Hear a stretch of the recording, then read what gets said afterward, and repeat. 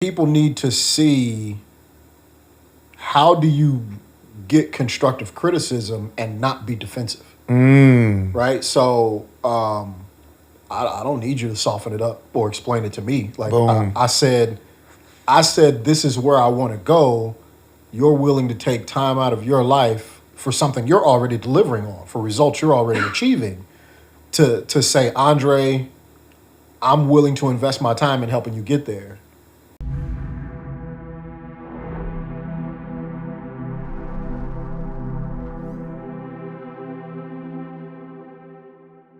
What's going on, good people? Welcome to another episode of First Generation Wealth Builders, man. We are back in the building, man, and I got Dre with me. What's up, man? How you doing? I'm good, man. How you doing? No complaints, man. Living life. That shirt look good too, man. That E8 boy. Yeah, man. You know, every now and again, you gotta support the parent. Dead. All right, man. So last time, we really started to hone in on, like the speed of implementation. Yeah. You know what I mean? I wanted to just drop some perspective. It wasn't to say it's right. My way is not the right way. It's what works for me. Right. What I witness, what I hear that works for others around me within proximity. And I think that we always have this notion that we have time, and we don't. Yeah. And the truth is, I've heard this said in a class. Who is here doing $100,000 activities? What $100,000 activity did you do today? And that dude was like, "Well, I did some research." That that's busy work. That wasn't a $100,000 activity. That wasn't going to bring that day or for your. That wasn't going to impact your income directly by that action. Yeah. And so I think that when we have aspirations of doing $500,000, today is May. Whatever day made this, the 17th. Today is May 17th, I'm sorry. Waiting to August 31st, I don't know. I think that we got to figure out, we got to make some tougher decisions, whatever they may be. That's fair. And I got to do that for myself. Although I'm coaching him, I have my, endeavors that I'm actually working on. Endeavors that I'm working on. You know what I'm saying? Hey, that ain't that funny. But You did it. but he always talk about my speech impediment and shit. You know what I'm saying? At least he do it on camera, but he did on camera, so we had to address that today. Yeah, you did that. But no, man. The truth is, we got to make decisions, and we have to make sure that we're actually holding each other accountable Absolutely. to that. And although I'm saying it to you, I don't want to be up here and be a hypocrite and or sound like I'm just auditioning, but I have to do it in my own space. Yeah, I don't care about none of that. What's important is people need to see how do you get constructive criticism and not be defensive. Right? So I don't need you to soften it up or explain it to me. Like I said, this is where I want to go. You're willing to take time out of your life for something you're already delivering on, for results you're already achieving, to say, Andre, I'm willing to invest my time in helping you get there. And the whole point of that is to save me what I thought was going to take me 20 years. You're telling me I can do it in 12, but if I'm going to do it, I got to have those conversations where it's like, you playing over here, and you wasting time over here, and you're doing too much over here. It's all going to take away from you getting to where you're trying to get to. So you ain't got to soften it up for me. Thank you. Cool. Now that you say that, I think that something that's important, everybody wants help. Everybody wants them to be, hey, put me on. Yeah. I think that a lot of us have to understand we are where we are because of our thoughts and our actions. And, the next thing is, before pursuing a mentor, as we all should have a mentor for whatever we're trying to do. Yeah. You know what I mean? I want to become a great podcaster. Therefore, I wanted to cut my learning curve, and I actually wanted to understand the back end, not YouTube back end. Understand the mindset. Understand, what it is to be a good posture, what it takes, and what things do I need to do to achieve. So I got a mentor in David Shands. Big shouts out to Dave. I wanted to sell my course, so then I got with Neo Davis. When I was sick, I wanted to get on a specific diet, and so although I paid myself, I was asking myself why. Why are we eating this? Why are we doing that? Therefore, that I could leverage his knowledge to then when I don't need him, I could execute it alone. Yeah. And I'm a true believer that, people that you hire should be able to teach you. Yeah, you said that to me before. Yeah, and that's that concept of I'm not the smartest in the room. Yeah. You just put things together. You know what I mean? And so, all that being said, when you go out and get a mentor, identify how coachable you are. Yeah. You know what I mean? Because you can get the information, but sometimes we got to dig a little bit deep past information and really understand what are we doing that we're not able to apply the information. Yeah. And what are we doing to apply it? Yeah. We all got different hurdles, whether it's children, whether it's resources, money, and all that. But being coachable is free. Yeah, that's real. That's real. So I wanna go back to something you just said too about mentors. Off camera, we talked about the number of mentors that we both have, right? So I've got what I call a wife coach. So she's a mentor for me. So my wife and I, when we got married early, we made it a point to find couples whose lives as couples look like what we want our lives to look like.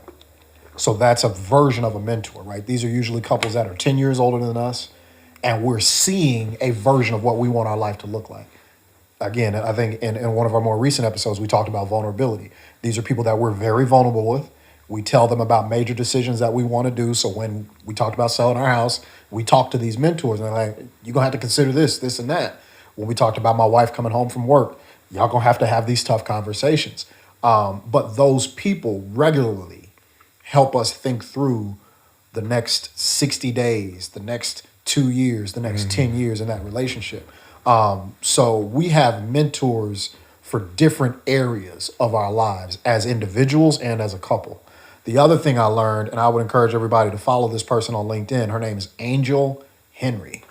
Angel Henry did a seminar that I was able to sit in on, and she broke down the concept of a mentor into 3 different categories. Blew my mind when I heard this.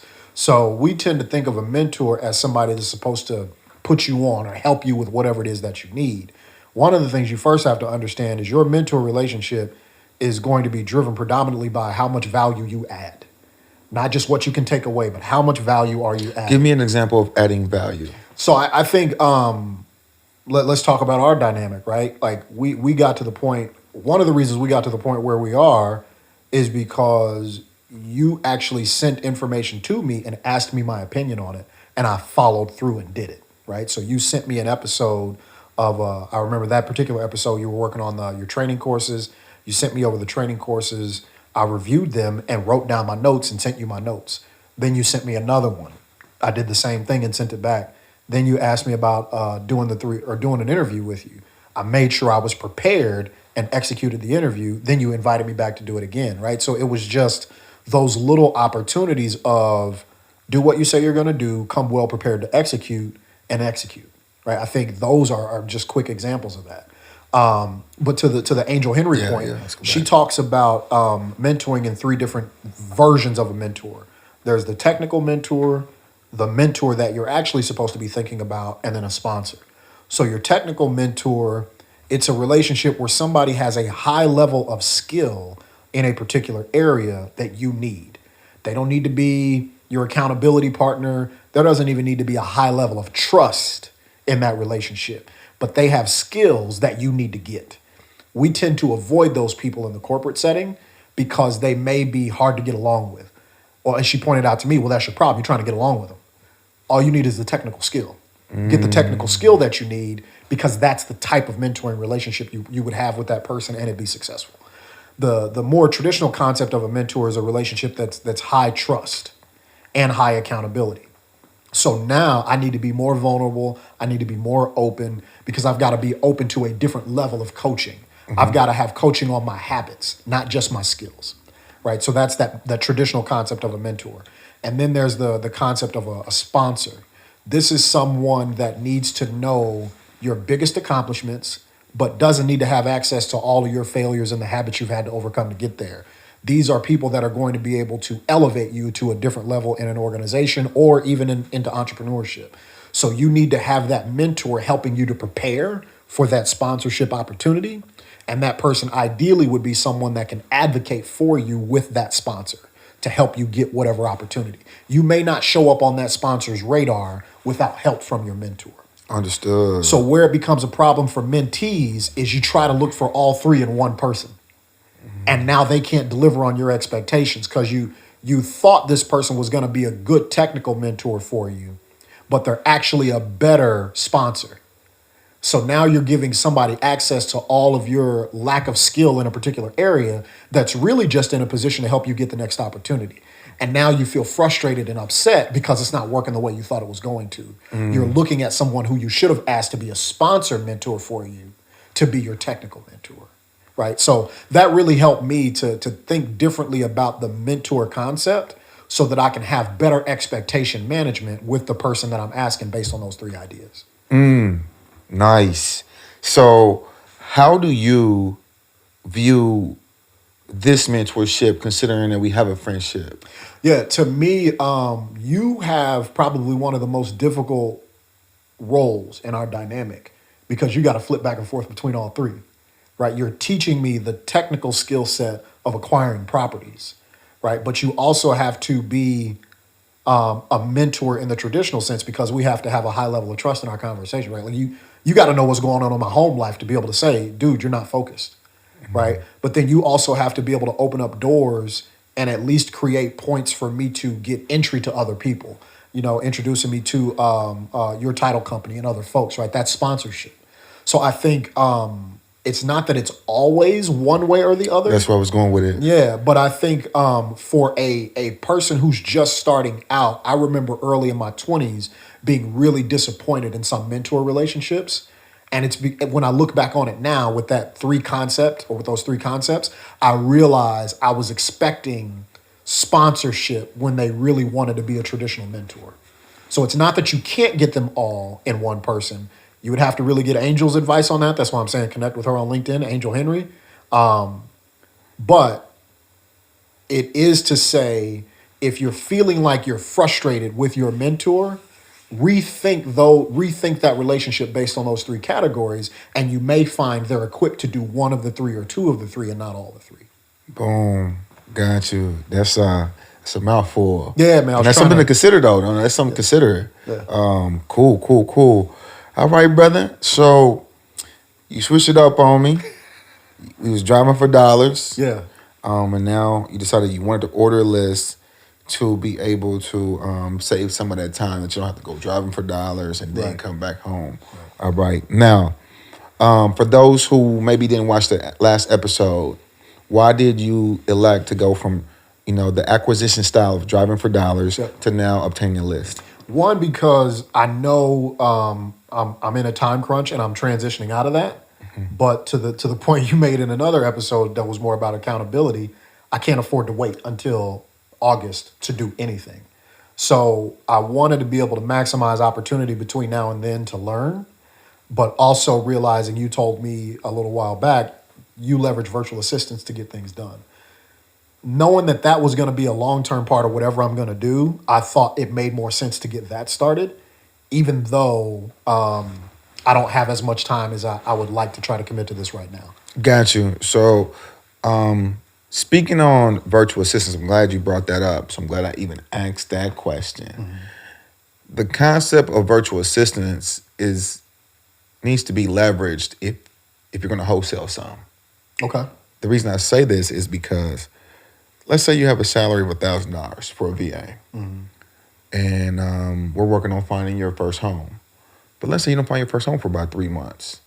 Now there's nothing, you're coming out of pocket for the VA every month. But if you were wholesaling a little bit, mm-hmm. and you wholesale a deal or two or three, that the VA is paid for by the product that she brings in. Explain wholesaling so everybody knows what we're talking about. Got you. So wholesaling is the process of acquiring a property, putting a property under contract, meaning I'm giving you, the owner of home 123 Main Street, Yep.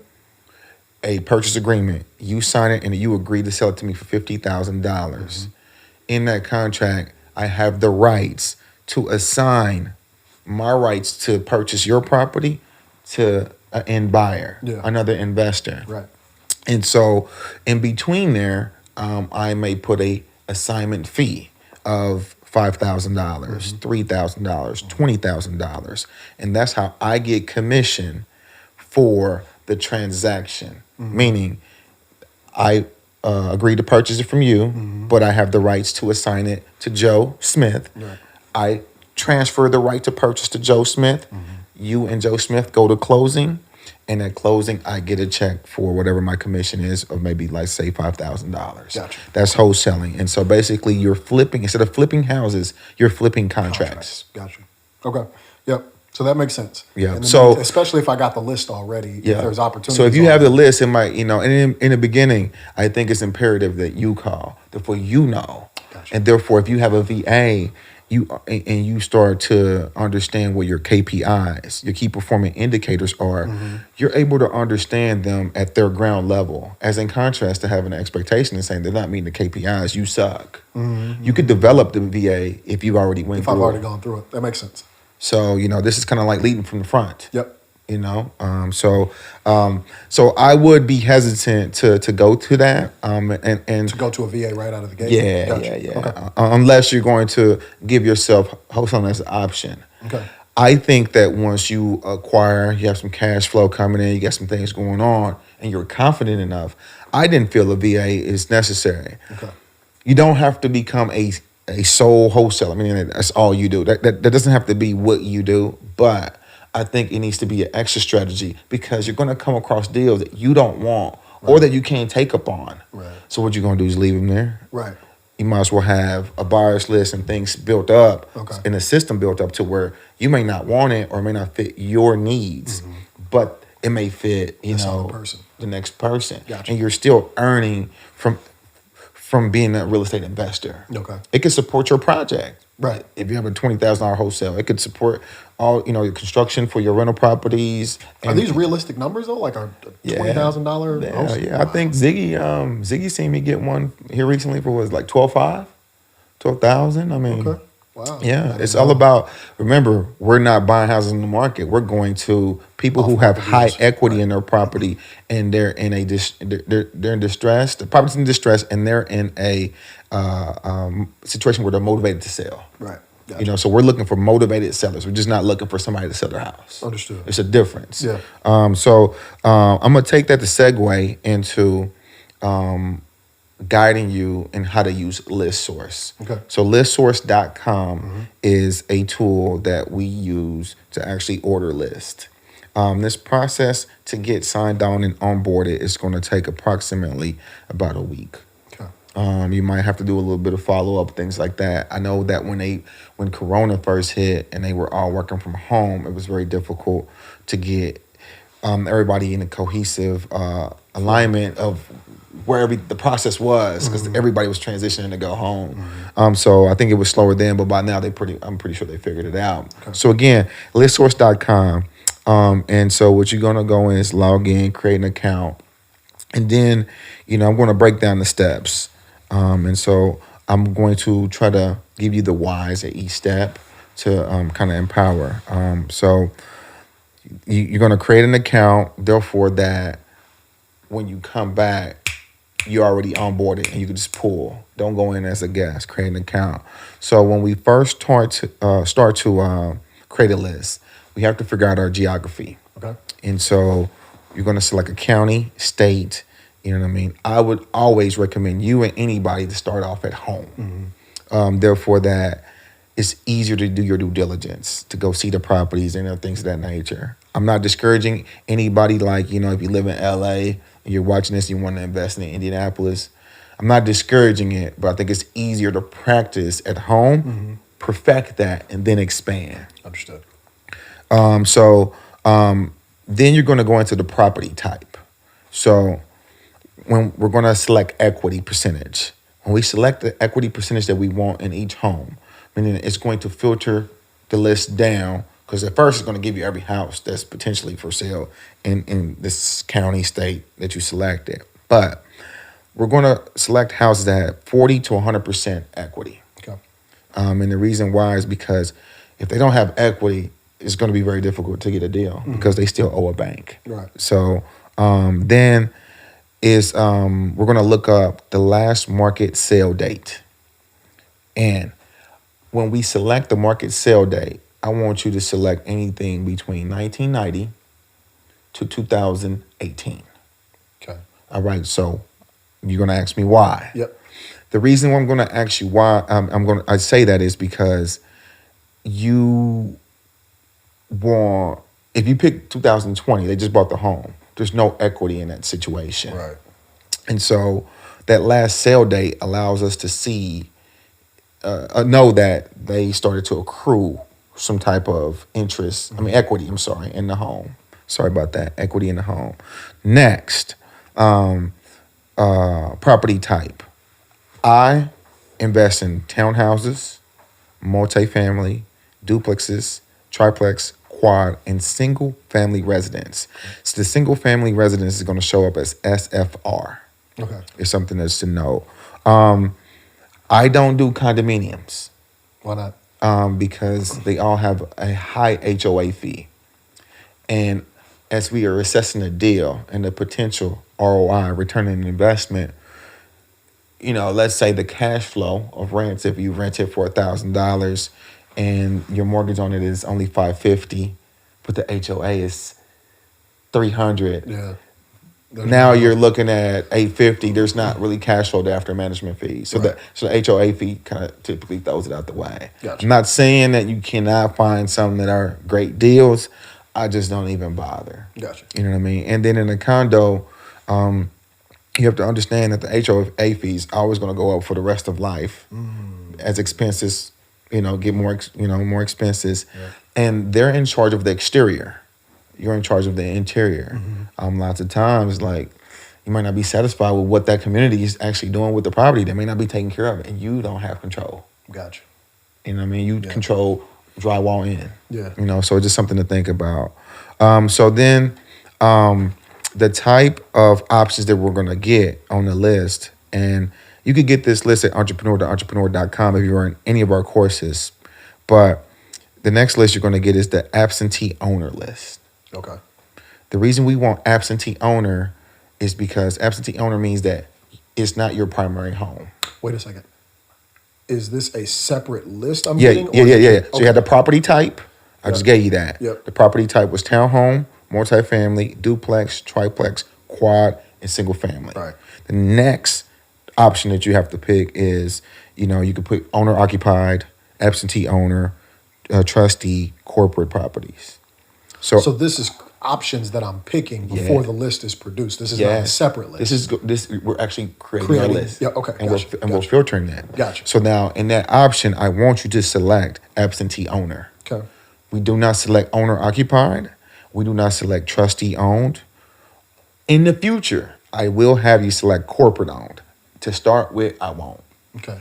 So let me go back into that. The reason we do absentee owner is because typically a house that's not owned is not occupied by the owner. It's not taken care of as well. Okay. Therefore, there's opportunity there because the property becomes distressed. It's ignored. It's abandoned, and you can see that. And if the property has more repairs that need to be done to it, the better the deal we could get. Gotcha. You know what I mean? And that's important for people to know. The more repairs you have to make to a property, the more profit typically that you're going to get in return. Because they can't ask as much in the asking price for the property. Right. There's more negotiation because you have to do repairs. Right. The less repairs you have to make, Harder it is to negotiate. boom. Yeah. And let's bring that back into context. Let's say buy a home and I have to gut it. I'm trying to ask for the floor price because I have to do everything over. Right.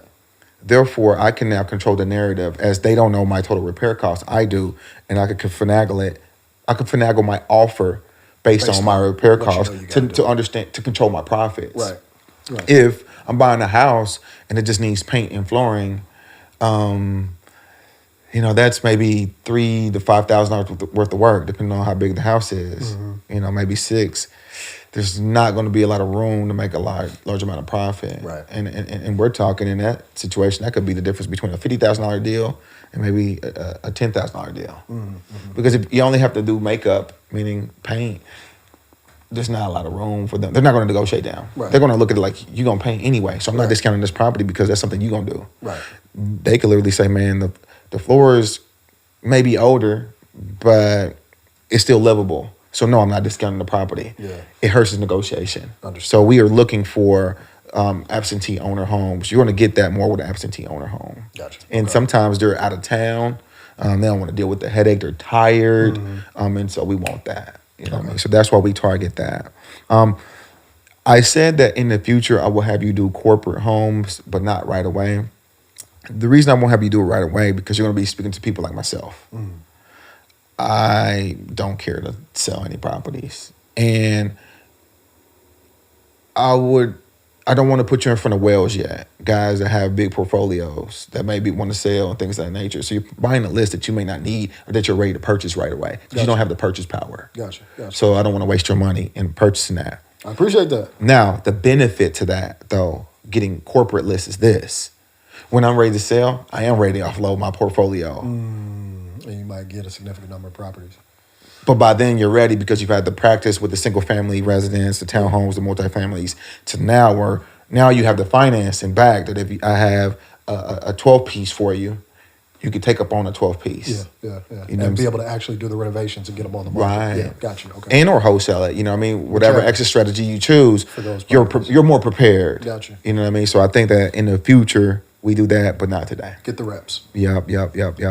All right, so the next thing I go down to is purchase priced. That all varies and it's changing so dramatically. So this is the next option. So typically, when we do this, I try to keep things when looking for rentals under 180 here in Indianapolis. Okay. Because of the 1% rule, we know that a house that I purchased for 180 or have a loan for of 180, I'm gonna have to lease it out somewhere between $160 to $1,600 to $1,800 because that's just where I'm gonna cash flow anywhere between $225 and up. So that's at your discretion. If you're doing them on the near east side, you could do it at 150 in the Warren Township area, and some places in Lawrence. Now, when you start going to Lawrence, like Geist, obviously that won't work. And so you have to think about things like that. If you do this list in Carmel and your purchase price 180, I'm not even gonna get one house on that list. So you have to understand Where you are Yeah. as you're putting together your criteria. And that's, then go back to my point, that's why I say start off at home. Okay. You know what I mean? 'Cause You know the lay of areas. land. Yep. And then in the future, as you can study, as you meet more people, you got some boots on the ground in Atlanta, you could try Atlanta or something like that. Gotcha. So that's why I go that way. So that is the first list that I want you to work on. I won't overwhelm you with that. Yeah. That is a lot of information. Okay. But that's the absentee owner list. Okay. That is going to be one of your most profitable lists that you could purchase with any software. Okay. But this is how I do it at List Source. And that was basically the step-by-step guide on how to acquire that list through that company. Gotcha. You know what I mean? So is that out there or in here? That's out there. It's my phone. Crucial. I got a Man, lot Dre of got his stuff. phone on, bro. Like, you about to witness me start cussing on a podcast. But it's all good. So I think that's a great stopping point right there. Any questions? Not right now. I Yeah, think you kinda I'm gonna gotta get go on through List that. Source, and get on there and put together the criteria, and then go from there. I'll probably have questions once I get it done. Gotcha. This is the juice on how to start making money, Bruh. acquiring rental properties. Thank you. That's the juice. So, man, if you're watching this, man, I want to thank you for watching another episode of First Generation Wealth Builders. I want to thank Dre for always coming in and holding it down with me. Big shout out to Ziggy.